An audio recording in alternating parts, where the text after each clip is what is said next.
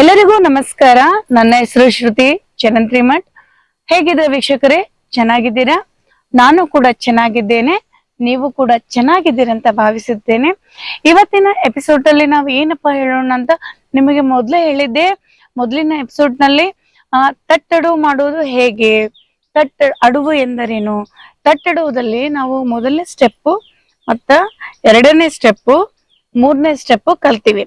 ಅದರ ಜೊತೆ ನಾವು ಏನ್ ಕಲಿಬೇಕಪ್ಪ ಅಂದ್ರೆ ನಾವು ಭರತನಾಟ್ಯ ಶಾಸ್ತ್ರದಲ್ಲಿ ಅಂಗಾಂಬ ಎಷ್ಟು ನಾವು ಪ್ರಾಮುಖ್ಯತೆ, ಅಡವಿಗೆ ಎಷ್ಟು ಪ್ರಾಮುಖ್ಯತೆ ಕೊಡ್ತೀವೋ ಅದೇ ರೀತಿಯಲ್ಲಿ ನಾವು ಅಂಗಾಭ್ಯಾಸ ಕೂಡ ಪ್ರಾಮುಖ್ಯತೆ ಕೊಡ್ತೀವಿ. ಹೌದಾ? ಅದಕ್ಕೆ ಜಾಸ್ತಿ ನಾವು ಒತ್ತು ಕೊಡ್ತೀವಿ.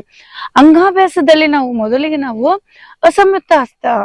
ಅಸಂಯುಕ್ತ ಹಸ್ತ ಅಂದ್ರೆ ಏನಪ್ಪಾ ಅಂದ್ರೆ ನಾವು ಒಂದು ಕೈನಿಂದ ಮಾಡೋದಕ್ಕೆ, ಹೌದಾ, ನಾವು ರೈಟ್ ಹ್ಯಾಂಡ್ ಅಂತೀವಲ್ಲ, ಈ ಕೈನಿಂದ ನಾವು ಮಾಡೋದಕ್ಕೆ ನಾವೇನಂತೀವಿ? ಅಸಂಯುಕ್ತ ಹಸ್ತ. ಇನ್ನೊಂದು ನಾವು ಕನ್ನಡದಲ್ಲಿ ಏನ್ ಹೇಳ್ತೀವಪ್ಪ ಅಂದ್ರೆ ನಂದಿಕೇಶ್ವರ. ಏನಂತೀವಪ್ಪ? ನಾವು ಒಂದು ಕೈನಿಂದ ಮಾಡೋದಕ್ಕೆ ನಾವು ನಂದಿಕೇಶ್ವರ ಅಂತೀವಿ. ಈ ನಂದಿಕೇಶ್ವರ ಅಸಂಯುಕ್ತ ಹಸ್ತದಲ್ಲಿ 28 ಪ್ರಕಾರಗಳು. ನಾವು ಶ್ಲೋಕದೊಂದಿಗೆ ಹೇಗೆ ಅಂತ ನೋಡೋಣ, ಬನ್ನಿ ಮಾಡೋಣ. ನಾವು ಪತಾಕಾಸದಲ್ಲಿ ಈ ತರ ಹಿಂದ್ಗಡೆಯಿಂದ ಇಟ್ಕೊಂಡು ಸ್ಟಾರ್ಟ್ ಮಾಡೋಣ. ರೆಡಿ?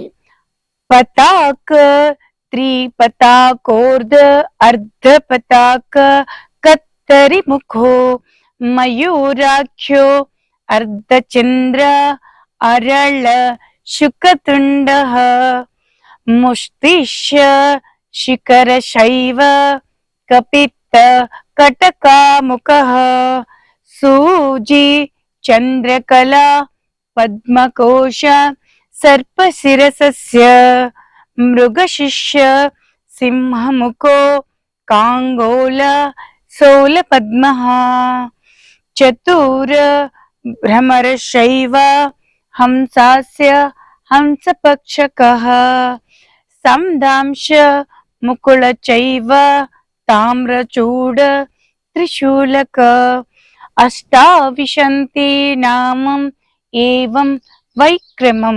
ನೋಡಿದ್ರ ವೀಕ್ಷಕರೇ, ಇವತ್ತಿನಲ್ಲಿ ಅಸಂಯುಕ್ತ ಹಸ್ತ ಅಂದ್ರೆ ಏನು ಅಂತ ನಾವು ಶ್ಲೋಕದೊಂದಿಗೆ ನಿಮಗೆ ತಿಳಿಸ್ಕೊಟ್ಟಿದ್ದೆವು.